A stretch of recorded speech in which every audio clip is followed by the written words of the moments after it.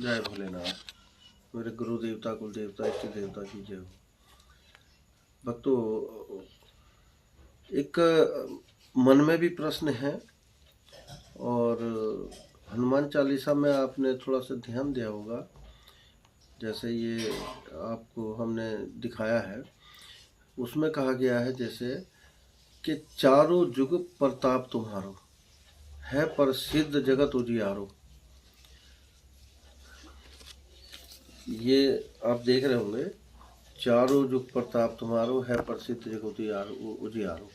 तो इसमें एक प्रश्न आता है जैसे कि जो हनुमान जी का जो जन्म हुआ है वो भगवान राम के काल में त्रेता युग में हुआ है।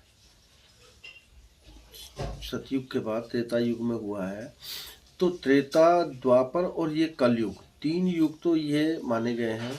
तो चौथा युग, उस पर प्रश्न है कि चौथा युग कौन सा है। या तो अब ये कलयुग के बाद जो फिर सतयुग आएगा तो उसको मान लें। कई हमारे बहुत ही प्रगाढ़ पंडित हैं, वैज्ञानिक हैं और हमारे गुरुजन हैं, बहुत बड़े बड़े गुरुजन हैं, तो उनको इस बात का भ्रांति हो सकती है। तो मेरे मन में ये प्रश्न है कि एक तरफ तो कह रहे हैं कि तीनों लोग हाकते कापे, भूत पिशाच निकट नहीं आवे, महावीर जब नाम सुनावे। तो तीनों लोग को तो मान गए, तीन लोग, 14 भुवन, 9 भूखंड, ये इस तरह से माना गया। लेकिन चारों युग प्रताप तुम्हारो, तो चार युग तो हनुमान जी के बनते नहीं हैं। उनका जो जन्म हुआ है त्रेता काल में हुआ है, भगवान राम के समय में। त्रेता काल, द्वापर और उसके बाद ये कलयुग, तो तीन युग हैं इसमें। तो ये एक आपको समझने की बात है कि हो सकता है आगे आने वाले सतयुग काल में, इस युग के बाद भी चौथा युग, उसमें भी हनुमान जी जो है रहे, क्योंकि वो चिरंजीवी हैं।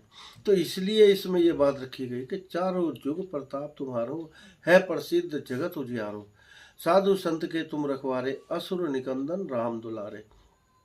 साधुओं के रखवाले हैं वो, सबकी रक्षा करने वाले हैं, परम प्रेमी भी हैं, हमेशा भगवान के काम में तत्पर रहने वाले हनुमान जी हैं। उसमें प्रेम भी है, उसमें जो काम करने की उत्सुकता भी है। उनके जो भय से बड़े बड़े राक्षस कांपते हैं। तो कई चीज़ इसमें ऐसी दी गई। तो ये जो चारों युग प्रताप तुम्हारा, कोई अगर इसमें महापुरुष हैं जो भी है हमारे, तो उस पर भी अगर ये इस पर ज़रूर चर्चा करें। चारों युग प्रताप तुम्हारा, है प्रसिद्ध जगत उजियारो।